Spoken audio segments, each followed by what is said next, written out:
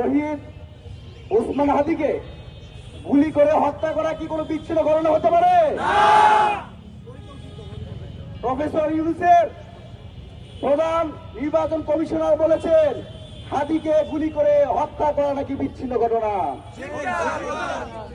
আমরা স্পষ্ট বলতে চাই, শেখ হাসিনা নির্বাচন কমিশনার নুরুল হুদা আউয়ালের প্রতিচ্ছবি আমরা বর্তমানে দেখতে পাচ্ছি। ওসমান হাদি কোন বিচ্ছিন্ন ঘটনা নয়। বাংলাদেশের বর্তমানে যদি কোন ভিআইপি ব্যক্তি থাকে তার নাম হচ্ছে শরীফ ওসমান হাদি। বর্তমানে বাংলাদেশের কোন একজন রাজনৈতিক ব্যক্তি যদি থাকে যাকে 18 কোটি মানুষ পছন্দ করে তার নাম ওসমান হাদি। বাংলাদেশের 64,000 বর্গ মাইলে যতদূর এই লাল সবুজের পতাকা বিস্তীর্ণ থাকবে ততদিন শরীফ ওসমান হাদি থাকবে। সুতরাং যারা আমার ভাই ওসমান হাদিকে গুলি করে হত্যা করার পরেও যারা বলে বিচ্ছিন্ন ঘটনা, তাদের দ্বারা ত্রয়োদশ জাতীয় সংসদ নির্বাচন হতে পারে না।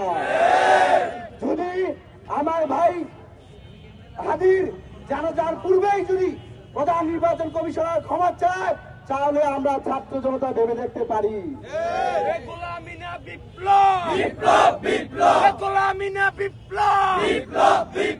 দিল্লি না ঢাকা, পিন্ডি না ঢাকা। ভারত আমাদের এমন এক বন্ধু যারা বর্ষাকালে তিস্তা দিয়ে মানুষকে মেরে ফেলে। ভারত আমাদের এমন এক বন্ধু যারা আমাদের বোন ফেরানিকে হত্যা করে কাটা তারে ঝুলিয়ে রাখে। ভারত আমাদের এমনই বন্ধু যারা 2014 সালের ভোটার বিল নির্বাচন, 18 সালে ভোট ডাকাতি নির্বাচন, 24 সালে দামি নির্বাচনকে বৈধতা দেয়। ভারত আমাদের এমনই বন্ধু যারা 2024 সালে জুলাই আগস্ট কলমপুর থেকে 2000 মানুষের মায়ের মুখ খালি করেছে, বাংলাদেশ থেকে লক্ষ কোটি টাকা পাচার করেছে, সেই খুনি ফ্যাসিস্ট শেখ হাসিনাকে আশ্রয় দেয়। ভারত আমাদের এমনই বন্ধু যারা শরীফ ওসমান হাদিকে হত্যা করে ভারতে আশ্রয় দেয়। আমরা দেখতে পেয়েছি গত কয়েকদিন যাবৎ 30 নভেম্বর থেকে শুরু করে আজ পর্যন্ত গত 5 দিন, গত কয়েকদিনে 5 জন বাংলাদেশি নাগরিককে বিএসএফ হত্যা করেছে।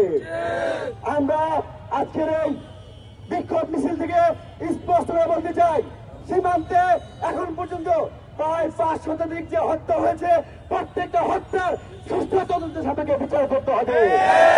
একই সাথে আমাদের বন্ধু বাংলাদেশের রত্ন, স্বাধীনতার সার্বভৌমত্বের প্রতীক শরীফ ওসমান হাদিকে যারা হত্যা করেছে তাদেরকে যতদিন না পর্যন্ত বাংলাদেশে ফিরিয়ে দেওয়া হবে ততদিন পর্যন্ত বাংলাদেশের এই জমিনে লাল সবুজের এই বুকে ভারতীয় হাই কমিশন থাকতে পারে না।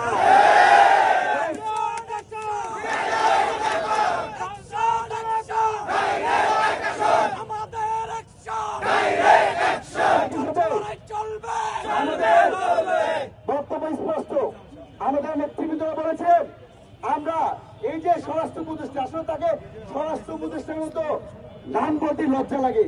এরকম একজন অর্থবহ অপদার্থ স্বরাষ্ট্র উপদেষ্টাকে আগামীকাল 2:30টার আগে আমার ভাইয়ের জানাজার পূর্বেই তাকে পদত্যাগ করতে হবে। একই সাথে আমরা জানি যারা দেখে যে পুলিশ প্রশাসন কাজ করে সেটা দায়িত্বে রয়েছেন প্রধান উপদেষ্টার স্বরাষ্ট্র মন্ত্রণালয় সংক্রান্ত বিশেষ সহকারী খুদাবস চৌধুরীকে পদত্যাগ করতে হবে। আমরা যদি আমার ভাইয়ের জানাজার পূর্বে যদি এরকম তাদেরকে পদত্যাগ করতে না দেখি তাহলে আগামীকালকে জানা যায় প্রধান উপদেষ্টা ইউনূসকে আমরা অংশ করতে দিব না।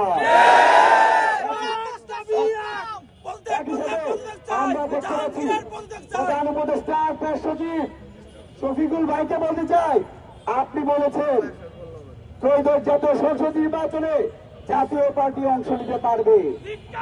আমরা বলতে চাই কত টাকার বিনিময়ে আপনি জাতীয় পার্টিকে পুনর্বাসন করছেন?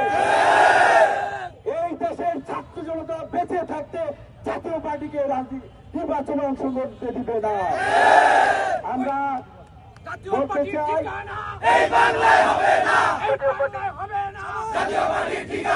জাতীয় পার্টির ঠিকানা এই বাংলায় হবে না। একটা চাপাতো একটা চাপাতো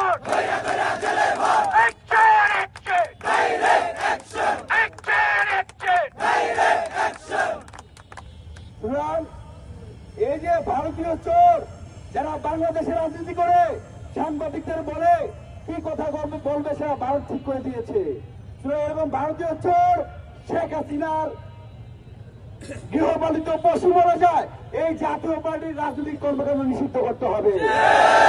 একই সাথে আমাদের কষ্ট লাগে, আমরা দেখতে পাই যে আমাদের মেম্বার নির্বাচন, চেয়ারম্যান নির্বাচন বা জাতীয় সংসদ নির্বাচন আসলে যারা জীবনে জুম্মার নামাজ পড়ে না তারাও 5 ওয়াক্ত টুপি মাথায় দিয়ে তারা নামাজ পড়তে যায়।